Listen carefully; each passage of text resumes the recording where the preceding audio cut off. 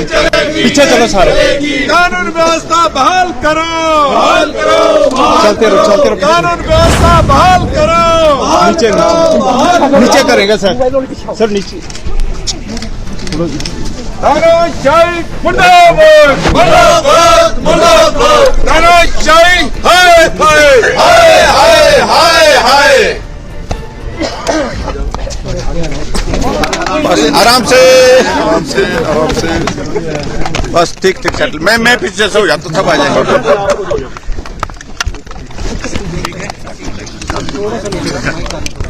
बस ये आ जाएगा, मुंह में आ जाएगा। 63 के अंदर एक घटना बद्दी में होती है और 14-15 लोग 3 लड़कों की पिटाई करते हैं, डंडे से पिटाई करते हैं। उनमें से मौके पर एक पंचकुला के हॉस्पिटल में एडमिट है और दोनों गंभीर हैं। और ये घटना एक घटना नहीं, इस प्रकार की घटनाओं का क्रम बहुत लंबा चौड़ा हो गया पिछले 1.25 साल के कार्यकाल में। और इससे पहले हाल ही में आप देख रहे होंगे कि बिलासपुर में घटना घटित होती है कि वहां पर कोर्ट के कॉम्प्लेक्स में पंजाब से हायर किए हुए गुंडे लाए गए और उन्होंने फायरिंग की और फायरिंग से एक नौजवान वहां पर घायल होता है। और इस बात को लेकर के भी ये जरूरी है कि जो वहां से गुंडे लाने वाले लोग थे उनमें से एक पूर्व विधायक का बेटा है।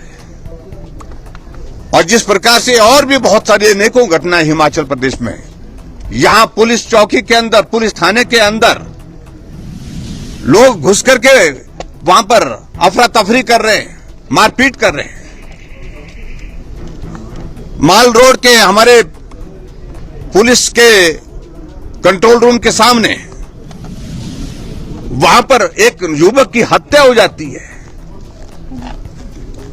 अनेकों क्रम इस प्रकार के हैं जिसके कारण हिमाचल प्रदेश में कानून व्यवस्था नाम की कोई चीज नहीं रह गई।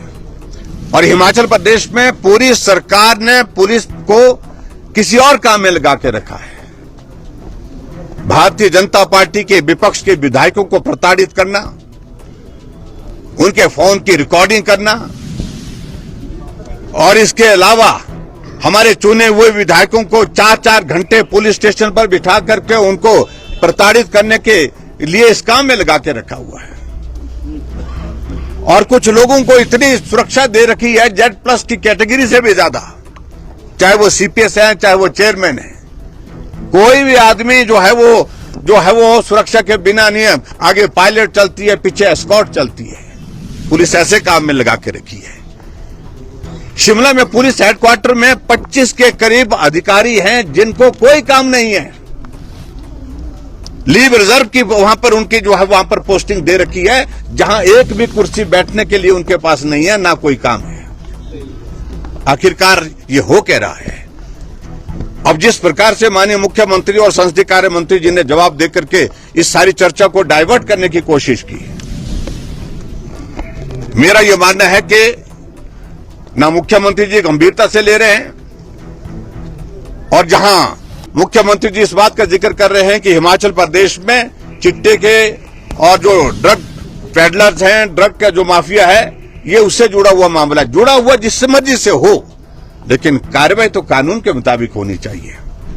अभी तक जो जानकारी मिली है, बद्दी वाले मामले में 3 लोगों को गिरफ्तार किया गया। वो बाकी 15 लोग कहां जिनकी वीडियो बनी पड़ी हुई है, जो पिटाई करते डांग से सिर पे मार रहे हैं और चौक पे मार रहे हैं, सबके सामने मार रहे हैं। वो लोग कौन है? वो भी ड्रग माफिया हैं, लेकिन संरक्षण उनको प्राप्त है। इस कारण से अभी तक उनकी गिरफ्तारी नहीं हो पाई है। उनमें से चुना जा रहा है कि किस आदमी को गिरफ्तार करना है और किसको नहीं करना है।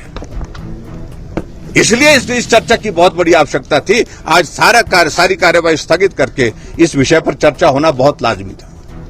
पूरे प्रदेश भर में जिस प्रकार की हत्याएं, बलात्कार की घटनाएं और ड्रग्स का तो प्रचलन इस प्रकार से बढ़ गया कि जो खुद ही मुख्यमंत्री कह रहे हैं कि घटना ड्रग्स से जुड़ी हुई है, तो ये कोई अच्छी खबर है क्या? तो ऐसे में आज इस पर चर्चा नहीं देना। हालांकि मुझे लग रहा था, अध्यक्ष महोदय जी का मन बन रहा था लेकिन सरकार के दबाव में मुख्यमंत्री और पार्लियामेंट्री अफेयर मिनिस्टर बार बार इस बात को, इस चर्चा को रोकना चाह रहे थे। अरे चर्चा कब तक रोकेगी, जो प्रदेश में हालात क्या बन गए हुए हैं। इसलिए हमने नियम शासित के अंतर्गत चर्चा मांगी थी, चर्चा नहीं मिली, हमने वॉकआउट किया। और सर, संसदीय कार्य मंत्री हर्षवर्धन चौहान ने कहा है कि जिस तरह आपके एक विधायक ने एक युवती के प्रति भाषा का इस्तेमाल किया है, उसका जवाब भी विपक्ष को देना चाहिए और साथ में कंगना रनौत ने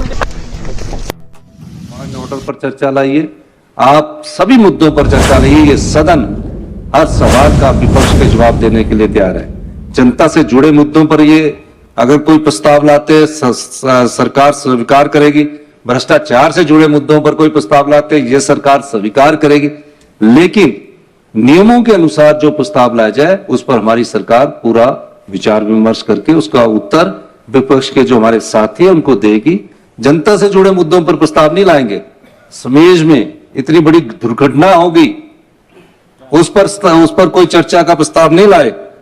सड़कें टूट गई हैं, पानी की योजना, अभी बारिश चल रही, और जब बारिश चलती है और अभी कहीं और नुकसान ना हो, उसके बाद हम हिमाचल प्रदेश की जनता के लिए, हिमाचल प्रदेश के लोगों के लिए, जो भी हिमाचल प्रदेश की जनता के लिए हमारी सरकार करेगी, वो हम बैठ के माननीय मंत्री रेवेन्यू मिनिस्टर जी से चर्चा करने के बाद हम जो भी होगा, जो क्योंकि ये खुद पहले दिन से, चाहे वो समेज में था, चाहे ये बागीपुल में था, चाहे कहीं और था, ये खुद व्यक्तिगत तौर से जाकर देख कर आए हैं जितना नुकसान हुआ है। जैसे ही ये बारिशें रुकेगी, हम फिर बैठकर चर्चा करेंगे कि किस प्रकार से जो परिवार हमारे उजड़े हैं, जो परिवार हमारे जान गंवा चुके हैं, केंद्र सरकार से आशा ना लगाकर हम अपनी तरफ से भी राहत पैकेज देने के बारे में विचार कर सकते हैं। यही मैं कहना चाहता हूँ।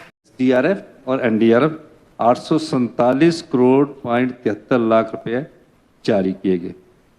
वित्त विभाग द्वारा 1831.75 करोड़ रुपया जारी किए। योजना विभाग द्वारा 146.97 करोड़ रुपया जारी किए। ग्रामीण विकास विभाग, जिसमें डंगे लगे 1 लाख के, 1085 करोड़ रुपए का। मुख्यमंत्री आपदा राहत कोष से, जिससे 150 करोड़ रुपया हिमाचल की जनता का, सरकारी कर्मचारियों का, अधिकारियों का, और जितने भी हिमाचल में छोटे बच्चे थे, मैं उनका भी धन्यवाद करना चाहूँगा कि हम आपदा राहत कोष में बच्चों से लेकर हिमाचल प्रदेश के समाज के सभी नागरिकों ने उसमें योगदान दिया, जिससे हमने 150 करोड़ रुपया उनको दिया। माननीय अध्यक्ष महोदय, ये सब राशि और भारत सरकार द्वारा राष्ट्रीय आपदा जो हमको दी गई 433.70 करोड़, जो हमारी दिसंबर की किस्त इन्होंने पहले करके दी, तो 4,495.23 लाख 45 करोड़ रुपए का, 4500 करोड़ रुपए का आपदा राहत अपने जारी किया। केंद्र सरकार से आपदा के बाद जो हमें आपदा के बाद एक होती है आपदा में स्पेशल रिलीफ पैकेज, वो नहीं मिला, और आपदा के बाद जो कि कोई भी भारत सरकार में कोई भी इस पार्टी की सरकार हो, देना पड़ता है। आपदा के बाद रिकंस्ट्रक्शन के लिए देना पड़ता है। उनकी मदद के बगैर हमने आज, चाहे टेम्परेरी है चाहे किसी भी प्रकार से, सभी योजनाओं को सुचारू रूप से चला रखा है। अब मैं दोबारा मिला प्रधानमंत्री से, मैंने कहा कि पीडीए ने पोस्ट डिजास्टर नीड असेसमेंट से, जिसका एक अंश जो हमारे टैक्सेस का है, चाहे जीएसटी का है, एक अंश उसमें जाता है, उससे आज तक हमको 9300 करोड़ रुपए का हमने भेजा, एक पैसा नहीं मिला। अब मेरा मानना है कि मैं दोबारा इसके बाद जाऊंगा, और जो हमारा अधिकार है, ये खैरात नहीं है, ये अधिकार है। जो भी सरकार आएगी, जब कभी भी आपदा आएगी, उस पर हमारा अधिकार है, हम उसमें कोशिश कर रहे हैं कि हमको उसका पैसा मिले। ये बगैर पैसे के, जिसमें केंद्र सरकार का पैसा नहीं है, हमने ये सारा जो कार्य है ये किए हैं। अभी बारिश चल रही, और जब बारिश चलती है और अभी कहीं और नुकसान ना हो, उसके बाद हम हिमाचल प्रदेश की जनता के लिए, हिमाचल प्रदेश के लोगों के लिए, जो भी हिमाचल प्रदेश की जनता के लिए हमारी सरकार करेगी, वो हम बैठ के माननीय मंत्री रेवेन्यू मिनिस्टर जी से चर्चा करने के बाद हम जो भी होगा, जो क्योंकि ये खुद पहले दिन से, चाहे वो समेज में था, चाहे ये बागीपुल में था, चाहे कहीं और था, ये खुद व्यक्तिगत तौर से जाकर देख कर आए हैं जितना नुकसान हुआ है, जैसे ही ये बारिशें रुकेगी हम फिर बैठकर चर्चा करेंगे कि किस प्रकार से जो परिवार हमारे उजड़े हैं, जो परिवार हमारे जान गंवा चुके हैं, केंद्र सरकार से आशा ना लगाकर हम अपनी तरफ से भी राहत पैकेज देने के बारे में विचार कर सकते हैं। यही मैं कहना चाहता हूं। ये वो घटनाओं का चर्चा करके लॉ एंड ऑर्डर की बात करना चाह रहे हैं, जिन घटनाओं पर हमारी सरकार ने, चाहे वो किसी का भी बेटा था, 6 घंटे के अंदर जेल की सलाखों के पीछे भेजे। दूसरी बात, हमारी सरकार किसी भी जो भी कानून की उल्लंघना करता है, चाहे किसी भी प्रकार के छोटे अपराध से लेकर बड़े अपराध तक, सरकार की कार्रवाई के द्वारा जो भी घटनाएं हमारे कार्यकाल में हुई है, सब पर सख्त से सख्त कार्रवाई की गई है। यही हमारी सरकार की विशेषता है।